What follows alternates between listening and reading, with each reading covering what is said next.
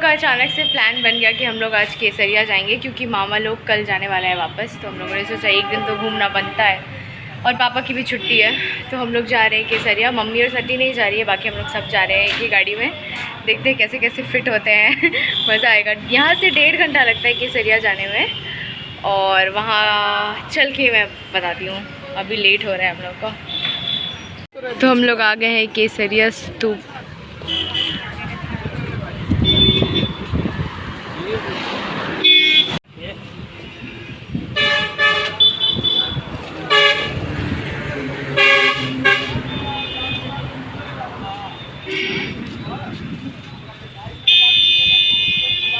तो इस स्तूपा की हाइट है 31.5 मीटर्स और 123 मीटर्स डायमीटर है, और ये पूरा 23.81 एकर्स में ये स्ट्रक्चर बना हुआ है। यहाँ पे सब कुछ लिखा हुआ है।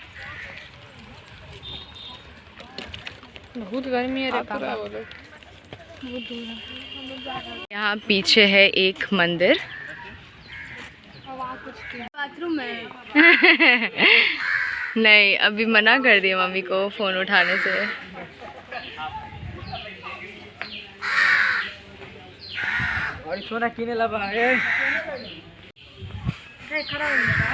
सब लोग थोड़ा रेस्ट कर रहे हैं यहाँ पे छाँव में, पेड़ की छाँव में। इतना बड़ा सा पेड़ है, लेकिन अब हम लोग निकल रहे हैं क्योंकि बहुत लेट हो चुका है। इनफ हो गया। यहाँ है बुद्धा का स्टैच्यूज, छोटा छोटा। सर नहीं है। हाँ आ गए।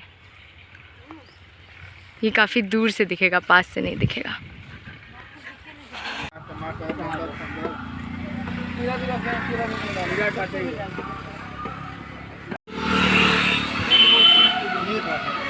ये लोग सीट खोलने की कोशिश कर रहे हैं ताकि हम लोग थोड़ा फैली से बैठ सकें। लेट्स सी होता है कि नहीं। तो हम लोग सीट को पूरा फैलाने की कोशिश कर रहे थे, बट वो XUV 500 मॉडल में है, हमारा XUV 300 है, तो नहीं हो पाएगा। जैसे आए थे अब वैसे ही जाना पड़ेगा। वैसे हम लोग एक मंदिर में भी जाने वाले थे, लेकिन टाइम 12 से ज़्यादा हो चुका है, तो मंदिर बंद हो जाता है इस टाइम तक। तो मंदिर नहीं जाएंगे, अब सीधा घर जाएंगे। वैसे भी बहुत गर्मी है, बाप रे बाप, बहुत धूप और गर्मी। और अभी बहुत सारे लोग आ गए हैं अंदर जाने के लिए ही। जाते वक्त पापा बैठे हैं, दिया मामा गाना चल रहा है, उसके अलावा तुम मामी आ रहे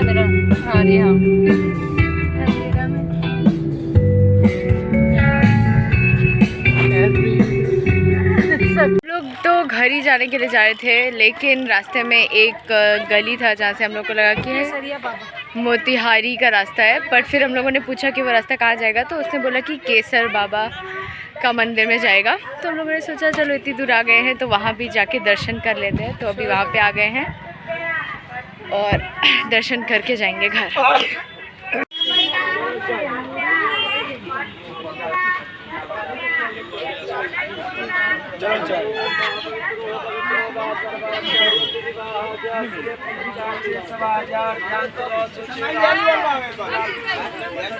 ये प्रसाद ये सब है जो कि लोग लेके जाते हैं। सिंदूर, बिंदी।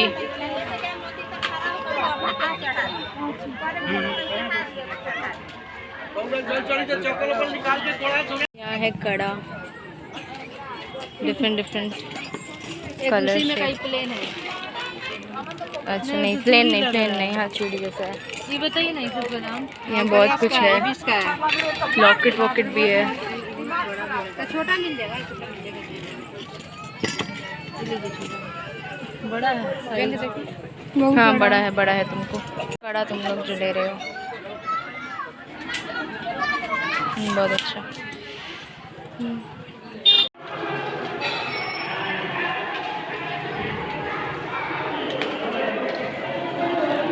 के पास वीडियो बना लीजिए।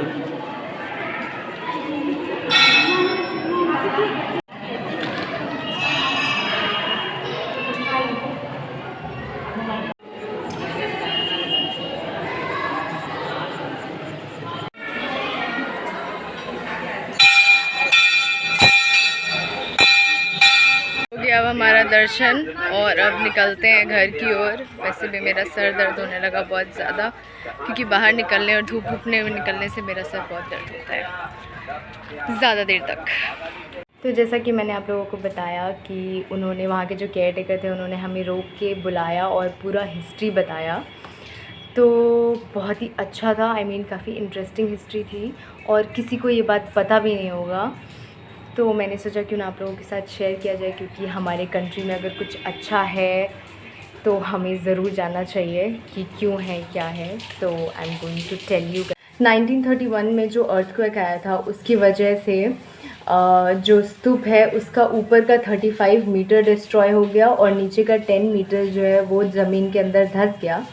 तो अभी इसकी जो हाइट है वो टोटल 104 मीटर्स की है, और जिस वजह से ये इंडिया ने पूरे वर्ल्ड का लार्जेस्ट स्तूप है।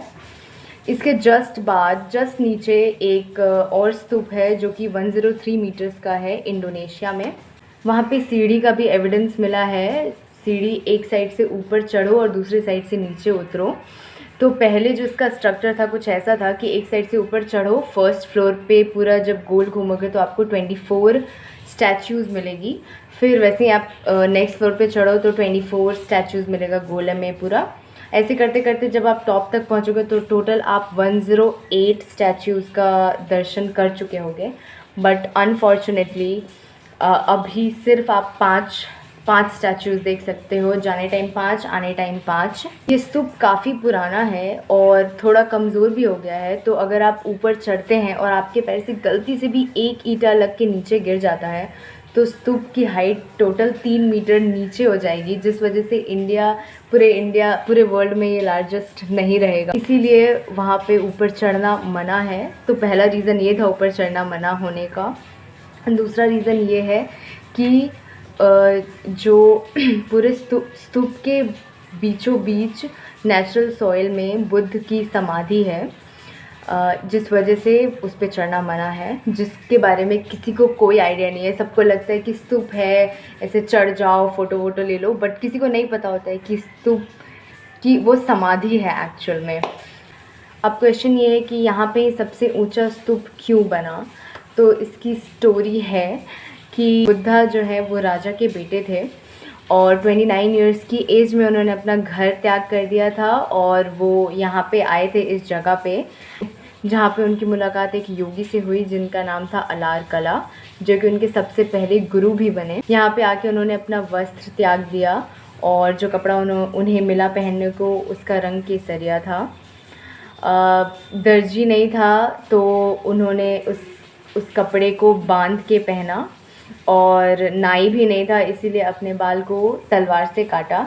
इसीलिए आज पूरा बौद्ध धर्म केसरिया रंग का कपड़ा पहनता है। इनफैक्ट केसरिया रंग का कपड़ा बांध के पहनता है, ना कि सिला हुआ पहनता है। तो बुद्ध यहाँ से आगे बढ़े वैशाली के बाद गए राजगीर, और राजगीर के बाद गए बोध गया, जहाँ पे उन्होंने अपना ज्ञान प्राप्ति किया। फिर पूरा इंडिया घूमने के बाद 80 इयर्स की एज में उन्होंने फाइनली डिसाइड किया कि अब वो महापरिनिर्वाण लेंगे, मतलब कि अपना प्राण त्याग देंगे। तो वो वैशाली आए और यहाँ पे आके उन्होंने ये अनाउंस किया कि वो अब अपना शरीर त्याग देंगे। तो उन्होंने वैशाली में ये घोषणा की कि वो 2-3 महीने में अपने प्राण को त्याग देंगे, और उसके बाद वो चले केसरिया की ओर। तो उनके पीछे पीछे ऑलमोस्ट 55 to 60 उनके जो भी शिष्य थे वो लोग उनके पीछे पीछे आने लगे। फिर वो लोग केसरिया पहुँचे और वहाँ पे उन लोगों ने एक नाइट स्टे किया, और नेक्स्ट डे बुद्ध ने भिक्षा पात्र दान किया और वहाँ पे अपना अंतिम उद्देश्य दिया, अतः दीपो भव, जिसका मतलब ये है कि अपना दीपक स्वयं बनो। और अपने जो भी शिष्य उनके पीछे पीछे आ गए थे उन सबको कहा कि वो वापस जाएं, अपना रास्ता खुद चुनें, वो क्योंकि बुद्ध खुद जा रहे हैं अब अपना प्राण त्यागने। और ऐसे करके उन्होंने अपने शिष्यों को जाने के लिए कहा और ये कुशीनगर की ओर निकले अपना प्राण त्यागने के लिए।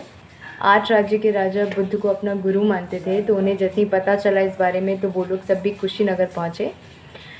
फिर बुद्ध ने अपना प्राण त्यागा और फिर उन्हें वहाँ पे जलाया गया, और उनकी जो अस्थि थी उसको 8 भाग में डिवाइड किया गया और सारे राज्य के राजा उस अपने अपने पार्ट्स को अपने अपने राज्य में लेके गए, जैसे कि कुशीनगर, वैशाली, कपिलवस्तु, और राजा अजातशत्रु के द्वारा उसको केसरिया में लाया गया।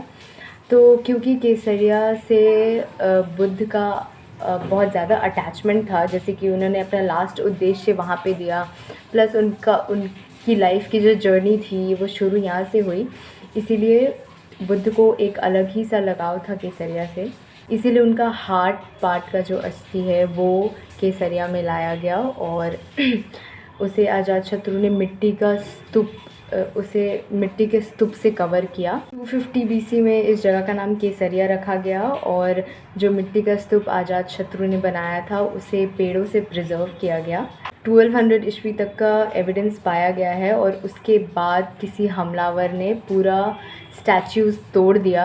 जैसा कि आप लोगों ने देखा होगा वीडियो में, मैंने दिखाया कि बहुत सारे स्टैच्यूज़ थे, 5-6 स्टैच्यूज़ दिख रहे थे, बट सब टूटे थे। तो वो किसी ने हमला करके तोड़ दिया, जो कि अननोन है, उसके बारे में अभी तक पता नहीं है कि किसने तोड़ा है। तो करेंटली इसको प्रिजर्व करना है, रिकन्स्ट्रक्शन नहीं कर सकते क्योंकि हमारे पास उसका असली फ़ोटो, असली मैप नहीं है कि कैसा दिखता था वो, ताकि हम लोग उसको रिकन्स्ट्रक्ट करा सके, क्योंकि अंग्रेज़ लोग सब मैप वैप चुरा के लेके चले गए, जिस वजह से हमें नहीं पता कि वो एक्चुअल में कैसा दिखता था। तो जितना है हमारे पास हम लोगों को उसे प्रिजर्व करना है। तो यार दिस वाज द हिस्ट्री, जो कि बहुत ज़्यादा इंटरेस्टिंग थी। इसके बारे में किसी को पता नहीं होगा, पर बहुत अच्छा है और हमें अपने कंट्री के बारे में इतना ज़रूर जानना चाहिए। तो यार दैट वाज द हिस्ट्री। और मैं यही सजेस्ट करूँगी कि अगर आप कभी जाएं वहाँ पे तो बिल्कुल ना चढ़े स्तूप के ऊपर है, क्योंकि अब तो आप लोगों को हिस्ट्री पता है इसकी, इसीलिए वहाँ पे नहीं चढ़ने का। और जो भी रूल्स हैं उसको फॉलो करके हम अपना घूमे फिरेंगे, है ना। इनफैक्ट कोई भी मॉन्यूमेंट जिसके बाहर ऐसा लिखा हो कि चढ़ना मना है या अंदर जाना मना है, तो ज़रूर सोचें कि ज़रूर इसके पीछे कुछ रीज़न होगा, तभी ऐसा लिखा है। जनरली हम लोग ऐसा करते नहीं हैं, हम लोग बस सोचते हैं कि यार ऐसे ही बस मना कर रहा होगा, हम लोग तो कुछ नहीं करेंगे ख़राब, हम लोग बस जाके अंदर फ़ोटो वोटो लेने लगते हैं, जो कि मतलब हम लोग हमेशा करते हैं, जो कि हमें नहीं करना चाहिए। तो इसी के साथ मैं अपना व्लॉग ख़त्म करती हूँ और आपसे मिलूँगी अपने नेक्स्ट व्लॉग में। बाय।